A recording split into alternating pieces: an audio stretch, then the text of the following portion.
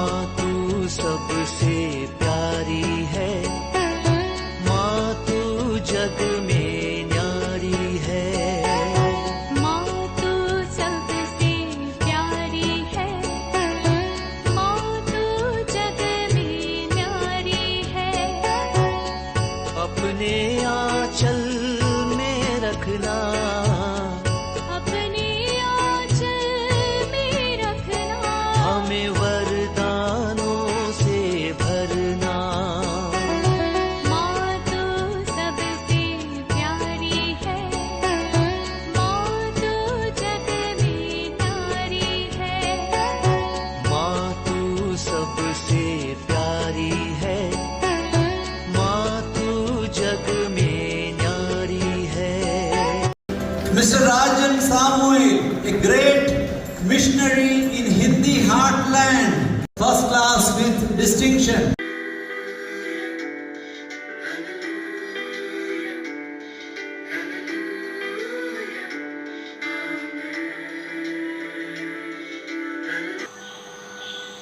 पिता, पुत्र और पवित्र आत्मा के नाम पर आमीन। आप सबों को जय यीशु। हम लोग क्रिश्चियनिटी के विषय में जो मुख्य 5 क्रिश्चियन सेंटर्स के विषय में पुरानतम जो सेंटर्स रोम, कॉन्स्टेंटिनोपल, अलेक्जेंड्रिया, एंटियोक, जेरूसलेम, ये 5 पुरातन क्रिश्चियन सेंटर्स है। और लिटर्जिकली 6 फैमिलीज़ के विषय में इसी से जुड़ा हुआ, रोम से जुड़ा हुआ लैटिन जो लिटर्जी है। इसके बाद कॉन्स्टेंटिनोपल बाइजेंटाइन जो लिटर्जी है उसके विषय में, और अलेक्जेंड्रिया का जो ग्रीक जो उसमें भाषा में जो लिटर्जी डेवलप हुआ था, और एंटियोक में जो सीरियक भाषा के अंदर विशेष रूप से जो वेस्ट सीरियन लिटर्जी जो वो शुरू हुआ था उसके विषय में, और कैल्दियन एडेसा में जो शुरू हुआ वो ईस्ट सीरियन जो लिटर्जी है। इसके बाद उसी प्रकार आर्मेनियन जो लिटर्जी है, ये सब हम लोगों ने देखा। इसके बाद ऑर्थोडॉक्स कलीसिया किस प्रकार मेन चर्च से 1054 में क्या क्या रीजन था वो भी हम लोगों ने देखा। इसके बाद अंत्योकियन लिटर्जी, सब लिटर्जियों का माँ हम बोल सकता है, वहाँ से शुरू हुआ।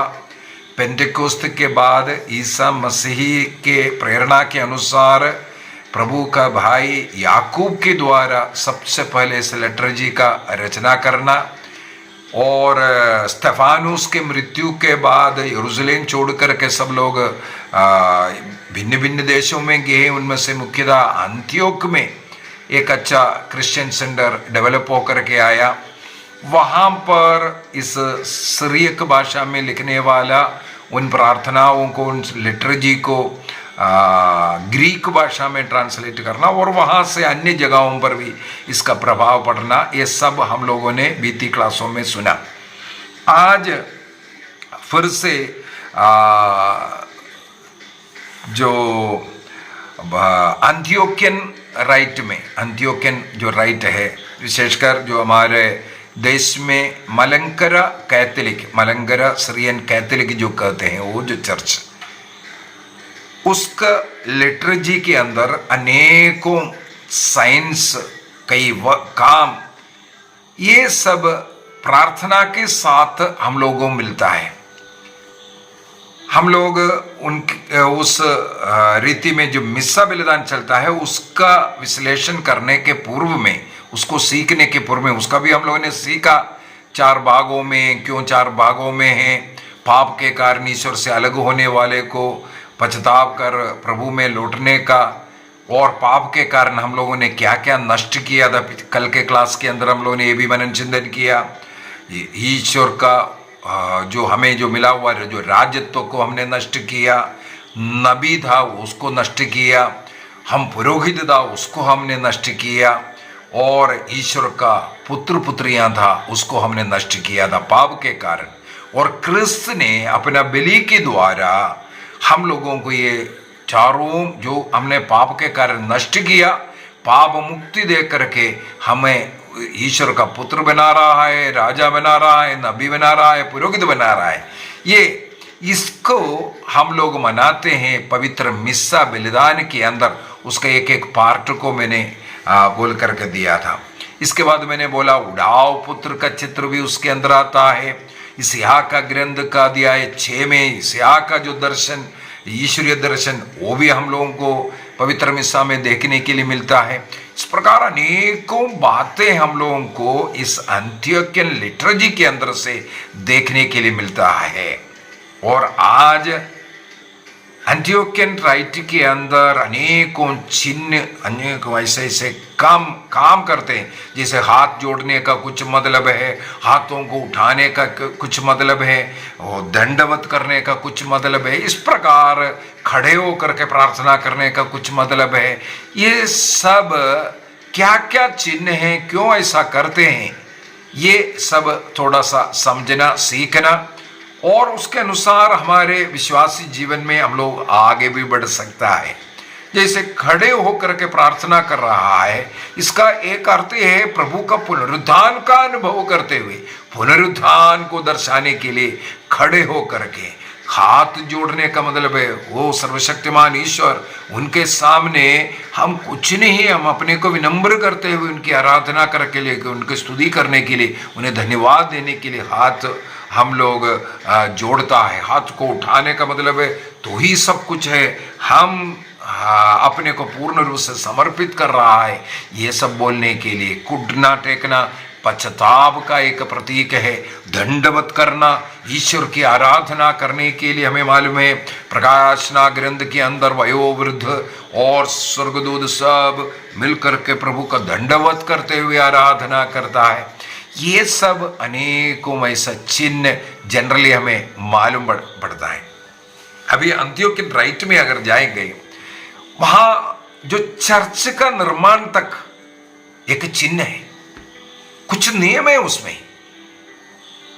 अंत्योक्यन राइट के अंदर जो चर्च पूर्वी दिशा की ओर देकर के प्रार्थना करने, उसी प्रकार इसका मतलब ईस्ट वेस्ट डायरेक्शन में चर्च का निर्माण करता है। ईस्ट वेस्ट, ताकि पूर्व की ओर देख करके प्रार्थना करना है। क्यों प्रार्थना करना है? बाइबल में बताता है प्रभु का सेकंड कमिंग पूर्व से आएगा, केवल उसी शब्द के कारण पूर्व की ओर देकर प्रार्थना करना। तो इसलिए चर्च को निर्माण ही करता है ईस्ट वेस्ट डायरेक्शन में। वेदी ईस्ट साइड में रहता है। और दूसरी बात है, अगर चर्च का निर्माण और बाकी जो घटना सब देखेंगे, क्रूसित प्रभु को दर्शाते हुए चर्च को निर्माण करते हैं।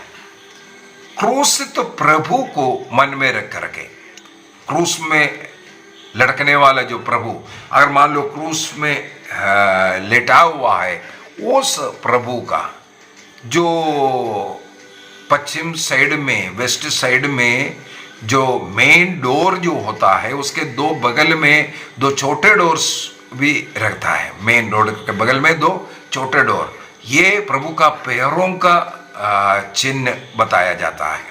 इसके बाद जो उत्तर साइड में और दक्षिण साइड में, साउथ एंड नॉर्थ, प्रभु का दोनों हाथ को दर्शाने के लिए दो डोर होता है। कई बार जुलूस वगैरह निकलते हैं, वो साउथ साइड से या नॉर्थ साइड से कहाँ से निकलना है एक नियम रहता है। केवल गुड फ्राइडे के दिन में साउथ साइड से निकल करके चर्च का पूरा परिक्रमा कर करके चर्च के अंदर प्रवेश करता है, शुरू करता है साउथ साइड से। लेकिन अन्य सभी समय पर मलंगर राइट के अनुसार जो जुलूस के लिए निकलते हैं, और नॉर्थ डोर से निकलता है। प्रभु का दाया बाया हाथ को वो दर्शाता है, ऐसा लटाया हुआ। इसी प्रकार वो चर्च का वो भाग को देखेंगे, भाग में जहां लोग खड़े रहता है, उस जो जगह है, लोग खड़े रहने वाला जो जगह, वो जगह अपना इस पृथ्वी को दर्शाता है, पृथ्वी को दर्शाने के लिए उस जगह।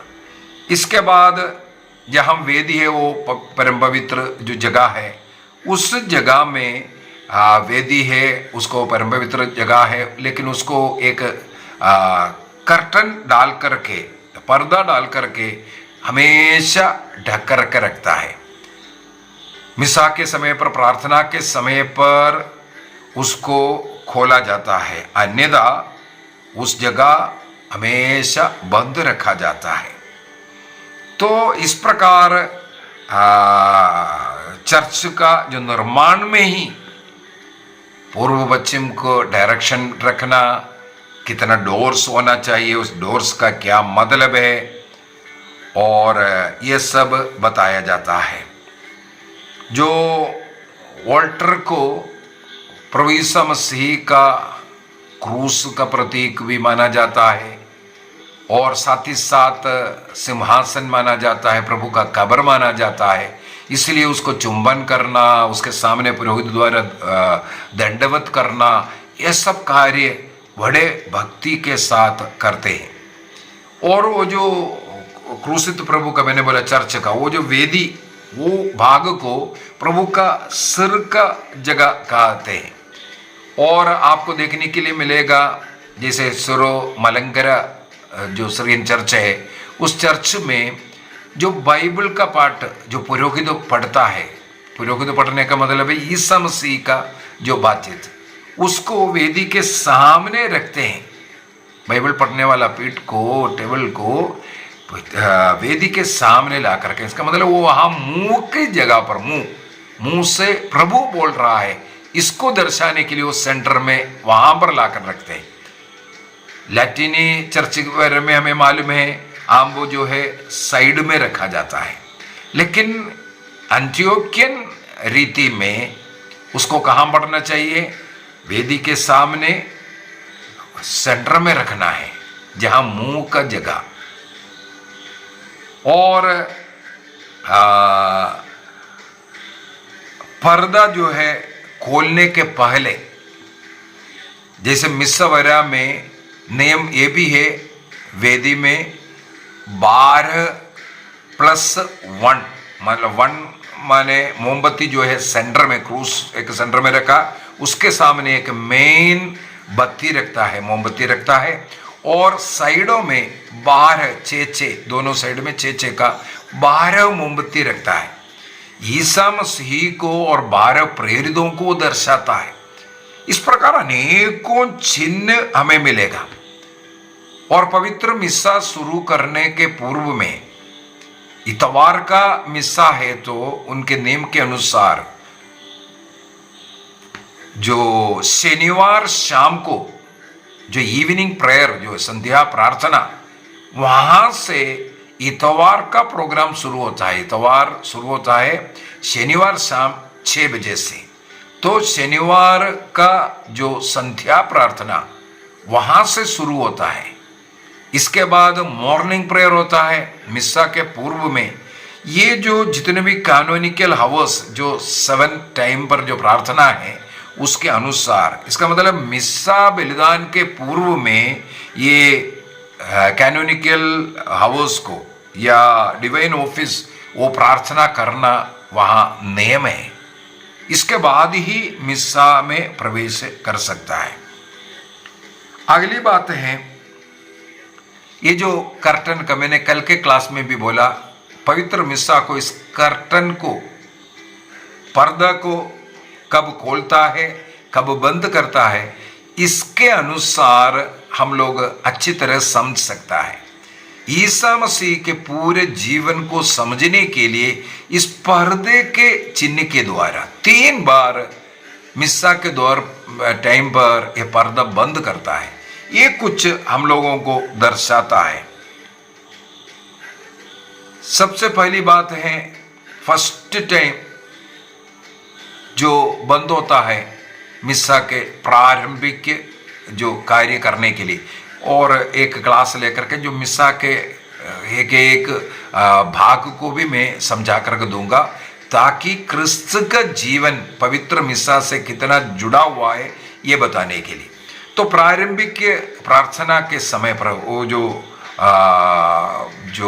बलि शुरू होता है, मिस्सा बलिदान जो वहाँ शुरू होता है, उस समय पर पर्दा डाल करके पुरोहित द्वारा अंदर कुछ काम चलता है। ये पर्दा डालने का मतलब है ईसा मसीह के जन्म के पूर्व की बात है, अर्थात पुराने विधान के अंदर क्रिस्त के विषय में जो है भविष्यवाणी, पुराने विधान का 4 पाठ इस प्रकार पढ़ा जाता है। और पुरोहित अंदर वेदी में रोटी दाकर सब अर्पित करना, इसको मलकीसदेक का राइट कहते हैं। इसके बाद उस पर धूपार्पण करते हैं, उसको जो लेवी राइट के अंदर हारून की राइट के अनुसार इसको जो किया जाता है, ये पर्दा डाल करके। इसके बाद ये सब अनुष्ठान के बाद पर्दा जब खोलता है, पर्दा खोलने का मतलब है क्रिस्त के द्वारा पाप के कारण हमारे लिए स्वर्ग बंद था, स्वर्ग का द्वार बंद हुआ था, लेकिन क्रिस्त के कारण, क्रिस्त के द्वारा ईश्वर ने उस द्वार को खोला। इसको दर्शाने के लिए वो पहला पर्दा खोलता है, और वहां पर ईसा मसीह का जन्म से लेकर के घटना शुरू हो रहा है। इसके बाद सेकंड बार पर्दा बंद तब होता है ईसा मसीह के मृत्यु की घटना को याद करते वक्त, वो जो कार्य चलता है तब मृत्यु कालवरी बलि, उस समय पर पर्दा डाला जाता है। क्यों पर्दा डालता है? ईसा मसीह के मृत्यु के समय पर 12 बजे से 3 बजे तक सारे उस प्रदेश में पूरा अंधकार था, नीचे कटने वाला मां मरियम संधियोगन कोई ईसा मसीह के उस मृत्यु की घटना डायरेक्ट देख नहीं पाया, क्योंकि अंधेरा छाया हुआ था। उसको दर्शाने के लिए, मृत्यु की उस घटना को वहां दर्शाने के लिए पर्दा को डाल करके वो कर्म अंदर पुरोहित करता है। इसके बाद उन रोटी को तोड़ना वो मृत्यु को दर्शाता है। इसके बाद फिर मिलाकर रखना, उसको पुनः जीवन उठना, जी उठने के विषय में तीसरे दिन उसको दर्शाते। इसके बाद पर्दा फिर हटाया जाता है। इसका मतलब जी उठा प्रभु को वहां पर हम देखते हैं।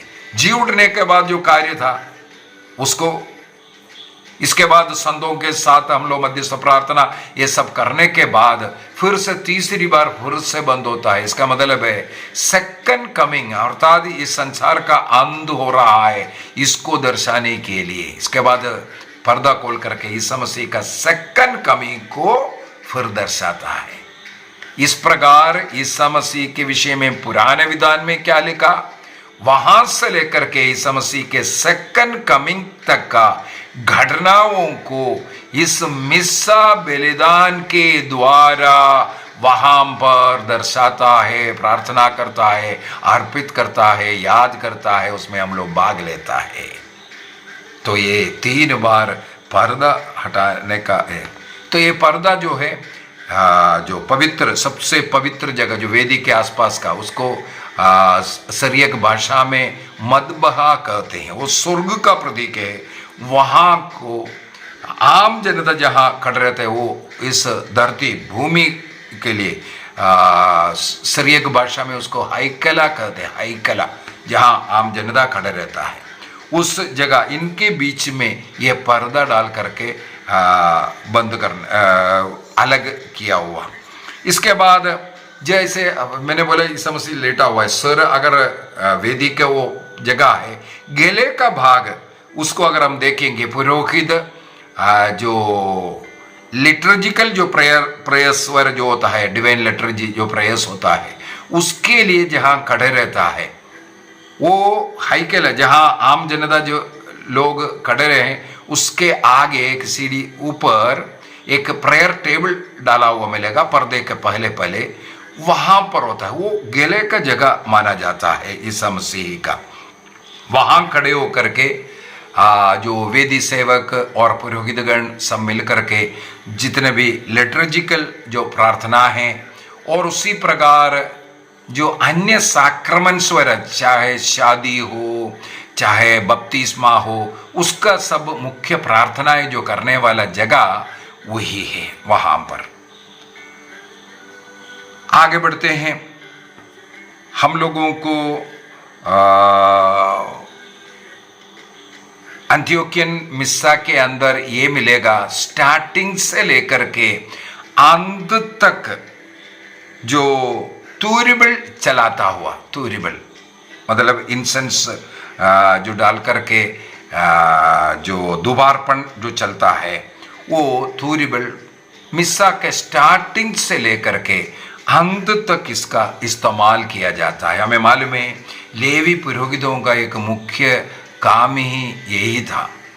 और जो प्रकाशना ग्रंथ के अंदर भी स्वर्ग का जो दर्शन जो मिल रहा है, वहां पर भी इस प्रकार धूपदान लोबान ये सब डालता हुआ, ये धुआं उड़ता हुआ, ये सब हम लोगों को मिलेगा। इसको लोबान की आहुति भी कहा जाता है। इस प्रकार का ये जो प्रार्थना एक तरीका है, हमारी प्रार्थना संतों की प्रार्थना के साथ मिलकर के स्वर्ग की ओर भेजना। ये हिंदी में कई बार आरती भी कहते हैं, आरती उतारना है ना। उसके लिए छोटा तालीम में हम लोग इस प्रकार का ये सब जला करके, एक दीप आरती भी होता है, एक धूप आरती भी होता है। दो प्रकार का आरती, दीप आरती आग का और धूप आरती, ये जो लोबान सब डाल करके जो धूप देने वाला, ये ईश्वर के आदर करने का, और हमारी प्रार्थना उस धूप के साथ प्रभु की ओर स्वर्ग की ओर उठ रहा है, इस विश्वास के साथ। यदि इस तूरिबल या सेंसर जिसमें हम लोग लोबान डाल करके जो धूपदान जो है उसको तूरिबल कहते हैं या सेंसर कहते हैं। अंत्योकियन राइट के अनुसार जो सेंसर है या ये तूरिबल जो धूपदान जो बनाया हुआ है, उसको अगर देखें, उसका दो पात्र मिलेगा ऊपर नीचे ऐसा, जिसके अंदर नीचे वाले में आग वगैरह जला करके जो लोबान डाल करके ये सब कर रहा है, उसको धरती का प्रतीक भी कहते हैं। और वो जो जल रहा है वहां से प्रार्थना उठ रहा है, धरती से लोगों का प्रार्थना संतों की प्रार्थना के साथ स्वर्ग की ओर ऊपर का वो उसकी ओर जा रहा है। वो दो गोलाकृति में बना करके एक ग्लोब जैसे हम लोगों को दिखता भी है। ये एक प्रतीक है, हमारी प्रार्थना संतों की प्रार्थना के साथ प्रभु की ओर जा रहा है, और प्रभु का आदर सम्मान करने के लिए भी ये धूपदान में लोबान डाल करके ये जो धूप का उपयोग जो कर रहा है। दूसरी बात है, इसको जो बनाया हुआ देखेंगे, जो नीचे वाला जो पात्र है उससे 3 चेन जाता है, 3 चेन, और सेंटर वाला में 1 चेन जो मुख्यतः बांधा हुआ मिलेगा, और ये तीनों से वो गुजरता है उसका ढकना। अगर अब देखेंगे तो इस चेन को, जो 4 चेन टोटल है, ये चेन को 72 रिंग से बनाया हुआ है। ये 72 रिंग्स इसलिए इस सेंसर में या तूरिबल में है 72 शिष्यों को याद करने के लिए। और इस 4 चेन के अंदर 12 छोटे छोटे घंटियां लगा हुआ मिलेगा। ये 12 अपॉस्टल को, प्रेरितों को दर्शाते हैं। देखो, सबका एक कुछ ना कुछ मीनिंग है। ये 4 जो चेन है, ये चारों मिलकर के उसका उन मिस्सा के अंदर सीरियन कैथोलिक, जो मलंगरा सीरियन कैथोलिक चर्च का जो मिस्सा बलिदान है, उसके अंदर इस सेंसर का, ये तूरिबल का ब्लेसिंग होता है। ब्लेसिंग में सबसे पहला एक चेन को पकड़ करके पिता का नाम लेकर के क्रूस का चिन्ह लगाता है, पिता। दूसरा और सेंटर वाला जो ऊपर वाला उसमें जो बंधा हुआ उसका, वो जो सेंटर वाला पकड़ करके, इसका मतलब सेकंड चेन बाहर वाले का, सेकंड चेन और सेंटर वाला, ये दोनों को पकड़ करके ईसा मसीह का नाम लेकर के प्रार्थना करते हैं। क्यों? ईसा मसीह के लिए दो चेन इसलिए पकड़ा है, ईश्वरत्व और मनुष्यत्व को दर्शाने के लिए। और चौथा चेन को पकड़कर पवित्र आत्मा, इसका मतलब पवित्र तृत्व को यहां दर्शा रहा है। पवित्र तृत्व का आराधना स्तुति हो रहा है। ये कहां पर मिला? हमें मालूम है सबसे पहले बाइबल में पवित्र तृत्व का दर्शन ईसा मसीह के बपतिस्मा के समय पर हुआ। अभी देखो, पुरोहित इस सेंसर का, ये तूरिबल का, ये धूपदान का आशीर्वाद करने के लिए साउथ की ओर मुड़ता है। साउथ की ओर मुड़ करके ये कार्य करता है। अभी साउथ की ओर क्यों मुड़ता है? यरूशलेम या अंतियोक का साउथ में ईसा मसीह का बपतिस्मा होने वाला जगह था। ईसा मसीह का बपतिस्मा जिस जगह पर हुआ वो यरूशलेम का या अंतियोक का साउथ साइड में था। उसको दर्शाने के लिए, जोरदान का उस भाग को दर्शाने के लिए जहां ईसा मसीह का बपतिस्मा हुआ, यरदन नदी में जहां हुआ, वो साउथ में होने के कारण वो साउथ की ओर मुड़ करके, देखो चिन्ह, ये सब चिन्ह। इसका मतलब उस समय पर प्रभु ईसा मसीह का बपतिस्मा और पवित्र तृत्व का दर्शन वहां हुआ। उस पवित्र तृत्व की स्तुति आराधना करने का एक समय वहां पर फिट किया हुआ है। इस प्रकार अनेकों चिन्ह हमें इस मिस्र बलिदान में मिलेगा।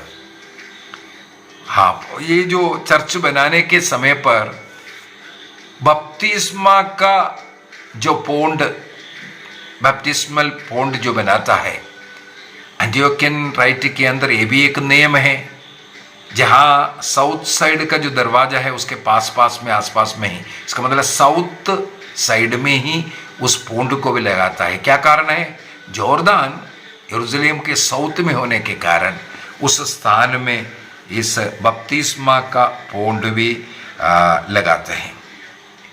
और जैसे मैंने कल के क्लास में भी बोला, पुरोहित का जो ड्रेस हमें कई बातें बताता, वो भी एक कई चिन्ह है। सबसे पहले मैंने बोला था, जैसे लिटर्जिकल जो हवर्स का जो प्रार्थना ये सब जब होता है, सब काला एक कोट जैसे पहन करके आया हुआ है, उसको पाप का चिन्ह। हम लोग मेले जो उड़ाव पुत्र लौट करके आ रहे हैं, मेले वस्त्र, उसको उतार करके फिर जो राजकीय वस्त्र, पुरोहिताई वस्त्र जो निर्धारित किया हुआ, वो भी 7 वस्त्र पहनते हैं पुरोहित मिस्सा बलिदान के लिए। चप्पल से लेकर के बाकी पूरा जो ड्रेस है, पूरा मिलकर के 7 ड्रेस पहन करके वो मिस्सा अर्पित करता है, ऑफिशियल जो आधिकारिक जो वस्त्र है। तो ये सब वहाँ पर नियम है। हर वस्त्र का मतलब है, हर वस्त्र पहनते वक्त उसके अनुसार एक प्रार्थना है। वो प्रार्थना के साथ वो वस्त्र को, चाहे वो दाहिने पैर में जूता पहन रहा है, बाएं पैर में जूता पहन रहा है, उस समय पर उसके अनुसार प्रार्थना है। वो पहनने के क्या अर्थ है, ये सब आते हैं।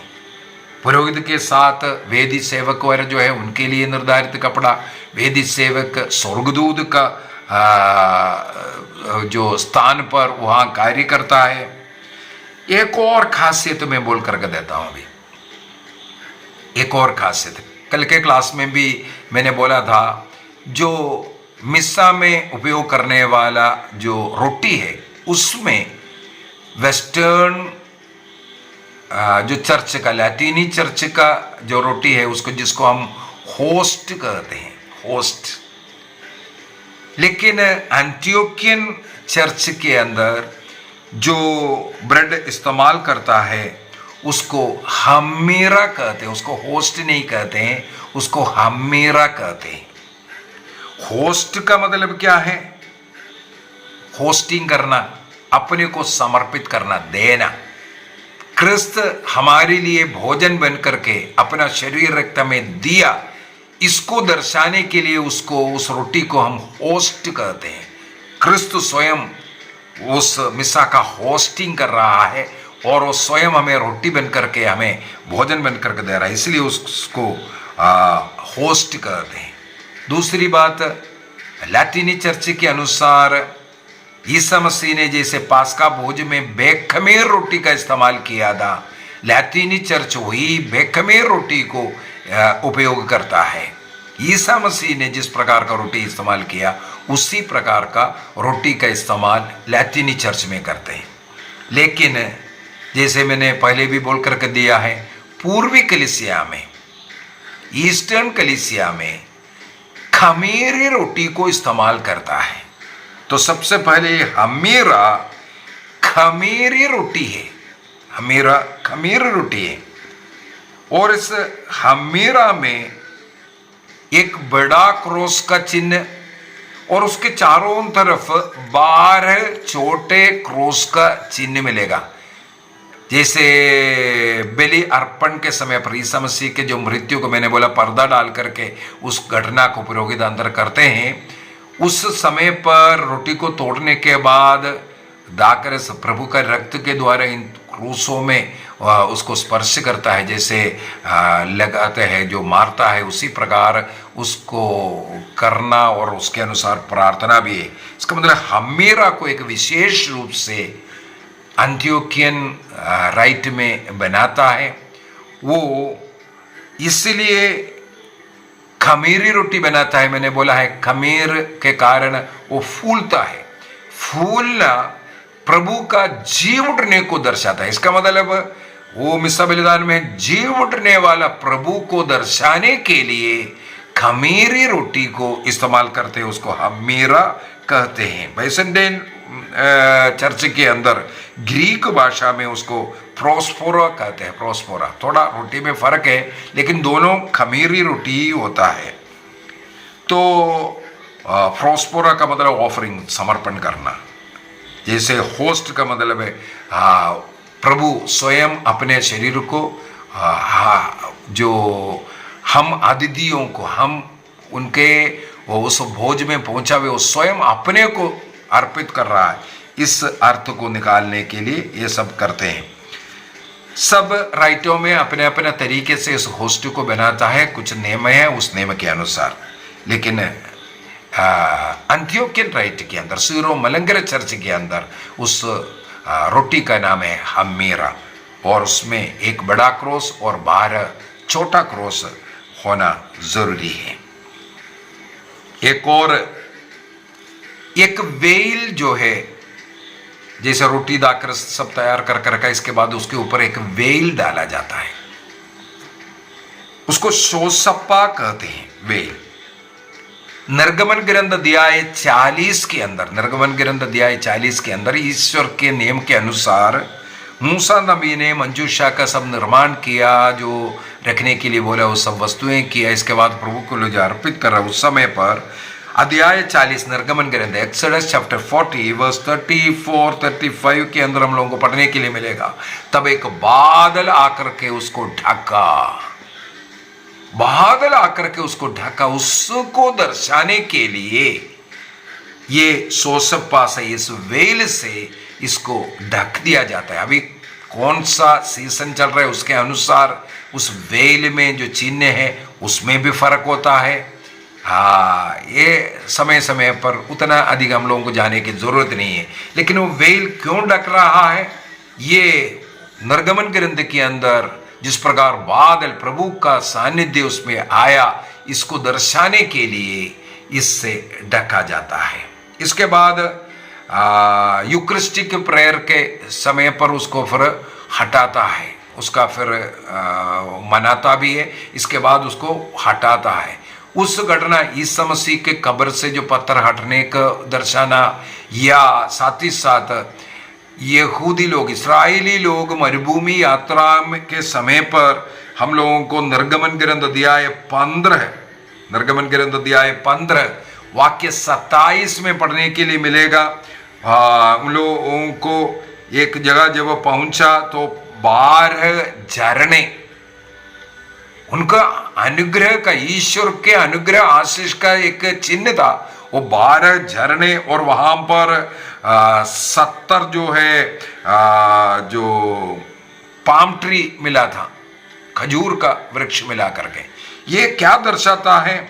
ईश्वर समृद्धि में हमें पालन पोषण करता है। देखो मरुभूमि होकर के वहां 12 झरना मिला उनको, और 70 पेड़ मिला, उससे उनको तोड़ करके खाने के लिए। प्रभु की उस समृद्धि, वो प्रभु सब कुछ हमें देने वाला है, इसको दर्शाने के लिए। इसी प्रकार वो जो वेल हटाना, वहां से आने वाले अनुग्रह आशीष से हम संपन्न होता है। उनका शरीर रक्त को ग्रहण कर हम प्रभु के साथ एक हो रहे, ये सब दिखाने के लिए।